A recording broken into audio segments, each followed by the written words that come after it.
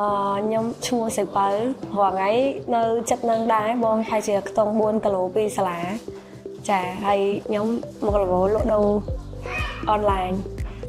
ស្រួលដោយសារខ្ញុំទំនុកចិត្តព្រោះកូនគាត់អាសាឈឺតែនៅនេះក្លិនចាខ្ញុំចូលចិត្តស្អាតព្រោះនិយាយទៅខ្ញុំចាប់អារម្មណ៍ចង់ឲ្យកូនរៀននៅនឹងតាំងពីគាត់អត់ទាន់គ្រប់អាយុម៉េះ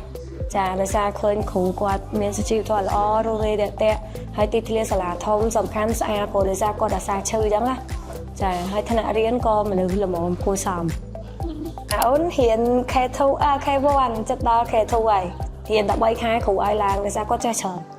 អូនគាត់ចេះខ្លួនឯងច្រើនដោយសារយើងត្រឡប់ធ្នមតែម្នេះគាត់ចេះចូលបន្ទប់ទឹកខ្លួនឯងអីចឹងណាចាហើយរៀនគាត់ចេះច្រើនគាត់រៀងពេលខ្លះគាត់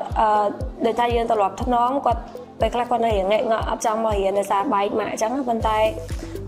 គាត់ទៅផ្ទះវិញគាត់ចេះច្រើន ABC គាត់ចេះចុចចាប់គាត់ទៅសេបានចេះសេស្គាល់ចេះច្រើននិយាយទៅគាត់ផ្លាយច្រើនតាំងពីមករៀន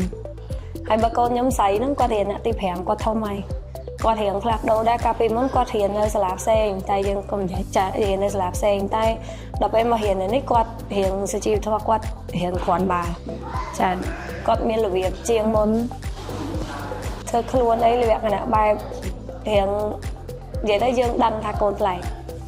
កូនខ្ញុំអាបងគឺខ្ញុំឲ្យនៅនឹងហ្មងគាត់រៀនហើយខ្ញុំបង់ថ្លៃពេលថ្ងៃគាត់នៅនឹងទល់ល្ងាចហ្មងតែអូនដោយសារគាត់រៀនទូអញ្ចឹងគាត់អត់ទាន់ទៅរកបាយយើងគាត់ទៅចូលសាលាបាន3ខែនេះខ្ញុំយកគាត់ទៅមកសិនខ្ញុំថាចាំគាត់រៀនធំជាងនឹងបន្តិចគាត់ស៊ាំមួយជាគេទូទៅខ្ញុំដាក់នៅនឹងតាំងផឹកទាំងឯងហ្មងដែរគេនៅនឹងឯងហ្មងអញ្ចឹងណាពួកឃើញតម្លៃស្អាតចាអ្នកគ្រូលោកគ្រូល្អចានិយាយទៅល្អគ្រប់គ្នាចាគាត់រស់រាយស្ទីលគាត់ល្អនិយាយទៅតាមអីដែលយើងចង់បានអញ្ចឹងនិយាយទៅខ្ញុំសំណូមពរឲ្យគាត់បើចង់ឲ្យកូនរៀនចេះច្រើនតែអូននេះចេះច្រើនណាបង ABC គាត់ចេះចប់ហើយចាទៅសេបាននេះបានអញ្ចឹងឲ្យគាត់យកកូនមកដាក់នៅនេះមកចាដើម្បីវាផាសុខភាពផងកូនយើងទូវាងាយនឹងឈឺតែមកនេះវាផាសុខភាពអញ្ចឹងអត់ងាយនឹងឈឺទេដោយសារសាលាឲ្យស្អាតអរគុណច្រើនបងចាអរគុណបងចា